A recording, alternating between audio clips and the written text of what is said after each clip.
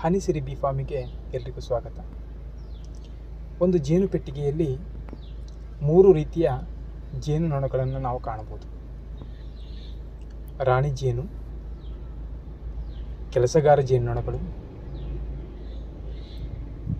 ಗಂಡು ಜೇನುನೊಣಗಳು. ಸಾಮಾನ್ಯವಾಗಿ ಈ ಗಂಡು ಜೇನುನೊಣಗಳು ನಮಗೆ ಕುಟುಂಬ ವಿಭಜನೆಯ ಸಂದರ್ಭದಲ್ಲಿ ಕಾಣಲಿಕ್ಕೆ ಸಿಗ್ತವೆ.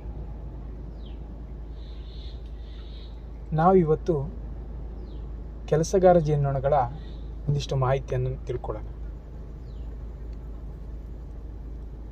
ಕೆಲಸಗಾರ ಜೇನುನೊಣಗಳ ಜೀವಿತಾವಧಿ ಬಂದು 45 ದಿನಗಳಿಂದ 60 ದಿನಗಳು. ಅದು ಹುಟ್ಟಿದ ಮೊದಲ ದಿನದಿಂದ 3ನೇ ದಿನದವರೆಗೆ ಪೆಟ್ಟಿಗೆಯ ಸ್ವಚ್ಛತೆಯ ಕೆಲಸವನ್ನು ಮಾಡುತ್ತೆ.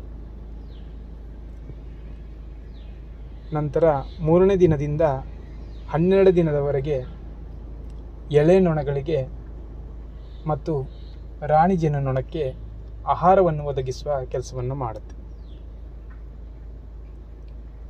12ರಿಂದ 20 ದಿನಗಳಲ್ಲಿ ಅದರ ಹೊಟ್ಟೆಯ ಕೆಳಭಾಗದಲ್ಲಿ ಮೇಣದ ಗ್ರಂಥಿ ಇರುತ್ತೆ.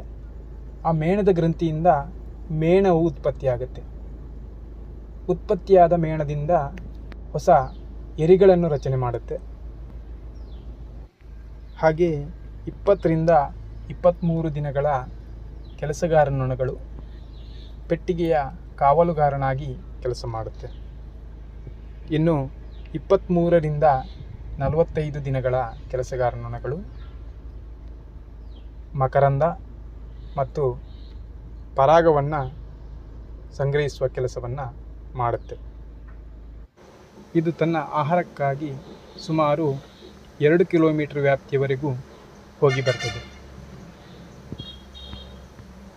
ಮತ್ತೆ ಸಿಗೋಣ. ಧನ್ಯವಾದ.